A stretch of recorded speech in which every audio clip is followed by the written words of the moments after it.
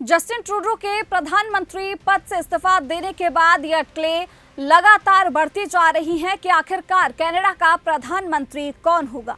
इसी के साथ ये भी अटकलें लगाई जा रही हैं कि ट्रूडो सरकार के कार्यकाल के दौरान रही परिवहन मंत्री अनीता आनंद, जिनका नाम इस रेस में सबसे आगे चल रहा है, क्योंकि अपने कार्यकाल के दौरान अनीता आनंद ने जो सेवाएं दी थी उसी की वजह से ये कारण बन रहा है कि वो एक मजबूत दावेदार मानी जा रही हैं। इसी के साथ आपको जानकारी दे दें कि सोमवार को कनाडा के प्रधानमंत्री जस्टिन ट्रूडो ने अपने पद से इस्तीफा दिया। इसी के साथ उन्होंने ये भी कहा कि अपनी पार्टी और देश की जनता के बीच घटते समर्थन को देखते हुए उन्होंने कनाडा के प्रधानमंत्री के पद से इस्तीफा दिया है और जब तक कनाडा का अगला प्रधानमंत्री नियुक्त नहीं होता तब तक वो इसी पद पर यूं ही बने रहेंगे।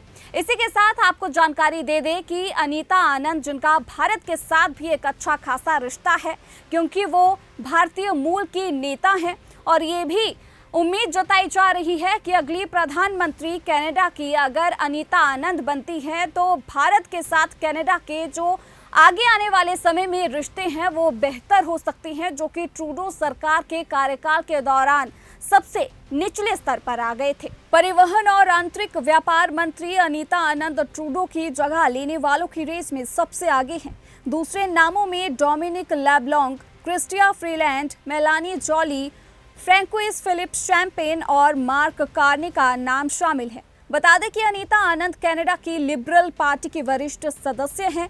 वे 2019 से संसद की सदस्य हैं और उन्होंने कई प्रमुख विभागों को संभाला है, जिसमें पब्लिक सर्विस और खरीद मंत्री, राष्ट्रीय रक्षा मंत्री और ट्रेजरी बोर्ड के चेयरमैन शामिल हैं।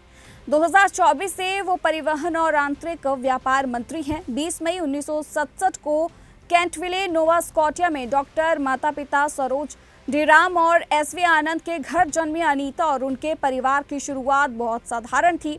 अनीता आनंद की दो बहनें हैं, गीता और सोनिया।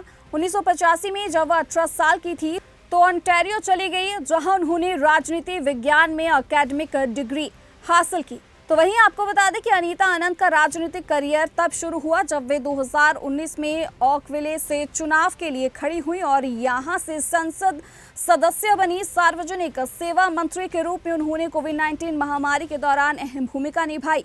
उन्होंने कनाडा के लोगों के लिए ऑक्सीजन, मास्क और पीपीई किट, वैक्सीन सप्लाई और रैपिड एंटीजन टेस्ट की सप्लाई सहित बेहतर मेडिकल सप्लाई पर बातचीत करने में महत्वपूर्ण भूमिका निभाई और सार्वजनिक सेवा मंत्री के रूप में उनकी भूमिका उल्लेखनीय थी और देश भर में उनकी सराहना भी हुई। और यही वजह है कि अब प्रधानमंत्री की इस रेस में अनीता आनंद का जो नाम है वो सबसे आगे चल रहा है।